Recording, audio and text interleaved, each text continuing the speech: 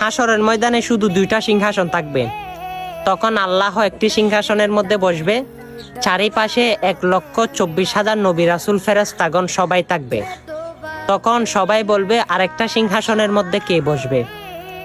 তখন জিবরিল আমিনকে আল্লাহ ডাক দেবে। তখন জিবরাইল আমিন বলবে, ইয়া আল্লাহ, আমার মনে হয় হযরত আদম নবী বসবে। আমার আল্লাহ বলে, না, আমার মনে হয় হযরত ইব্রাহিম নবী বলবে, জাতির পিতা ইব্রাহিম।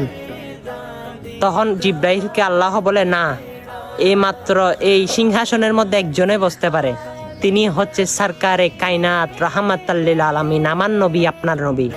তখন জিবরাইল চারিদিকে তাকাবে, দেখবে আমার রসুল হাসরের ময়দানে কোনো দিকে নাই।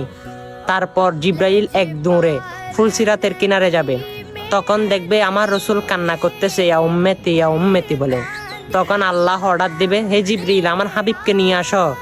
আমি আজকে এই মহান দিনে আমার হাবিবের মুখে কান্না শুনতে চাই না। আমার হাবিবের সকল উম্মতকে আমি মাফ করে দিলাম। তখন আমার রসুল ওই সিংহাসনের যোগ্য হবে। ওই সিংহাসনের মধ্যে আমার রসুল বসবে, আর চারিদিকে দমনি শুরু হবে, ইয়া রাসূলুল্লাহ সাল্লাল্লাহু আলাইহি ওয়াসাল্লাম। হ্যাঁ, এটাই আমার নবী, আমার নবীর এত মর্যাদা। আর আপনি সেই নবীর জন্য কি করতেছেন? সেই নবীর জন্য কিছু করতে না পারলে ওই সুন্দর বাণীটা, এই সুন্দর কথাটা সকলের মুসলমানের কাছে কাছে জানিয়ে দিবেন। পারলে একটু কষ্ট না হলে, আঙ্গুলে ব্যথা না হলে ভিডিওটা শেয়ার করে দিতে পারেন। আমিন।